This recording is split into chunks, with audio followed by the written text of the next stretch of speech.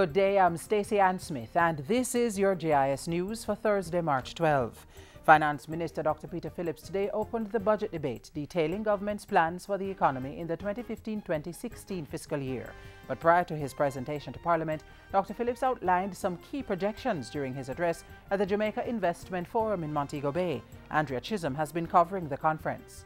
The finance minister is projecting that Jamaica's current account deficit, the gap between imports and exports, will be significantly reduced in the 2015-2016 fiscal year, which begins on April 1. The current account deficit for this financial year is projected at 5.3%. And is scheduled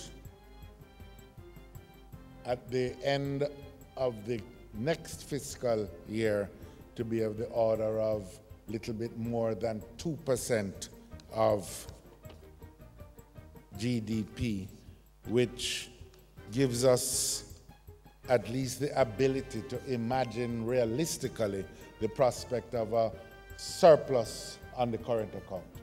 For the debt to GDP ratio, it should end this fiscal year at 139%, and for 2015-2016, debt to GDP is projected at 130%. Inflation, meanwhile, is expected to be about 5% or lower at the end of this fiscal year, the lowest in over 40 years. And in going forward, government will be focusing on public sector reform and other initiatives. We intend to maintain our fiscal consolidation regime, to coordinate our growth inducement policies across the government in order to get increased investment from the private sector.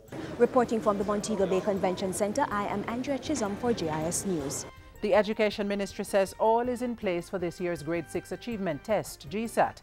38,407 students will take the test at 1,112 centres across the island on Thursday, March 19 and Friday, March 20. All timetables have already been dispatched to the students, and we are satisfied that the timetables represent the correct information for each student. Secured examination packages will be sent to the 6 regional offices, which will then be dispatched to principals and presiding examiners of schools prior to the examinations.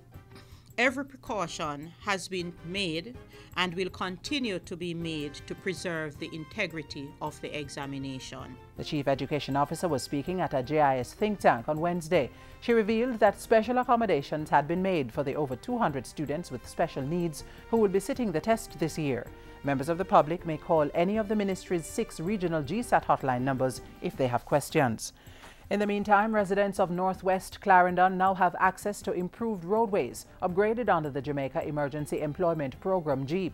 Transport and Works State Minister Richard Azan recently opened the Gravel Lane and Wishbish corridors, which were done at a cost of over $13 million. He said they were among 40 projects being completed across the island this fiscal year in partnership with the Ministry of Local Government and the parish councils. For the 3 years, JEEP were able to do over 1,000 road projects. And I believe that the next financial year, that is when we're going to rev up the JEEP more. And we are going to do more roads. The improved roadways in Northwest Clarendon give residents easier access in and out of their communities and for transporting agricultural produce. The State Minister said they also acted as a catalyst for development. One of the things that I'm very proud of today, when you travel on this stretch of road to Evelyn Bottom, the type of development was taking place you would never believe before.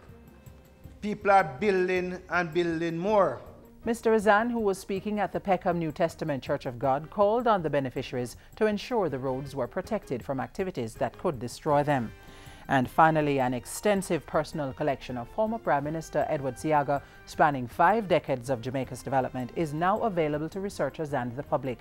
The collection was officially handed over to the University of the West Indies Library during a ceremony attended by the Prime Minister, Leader of the Opposition, and the hierarchy of the university on March 9.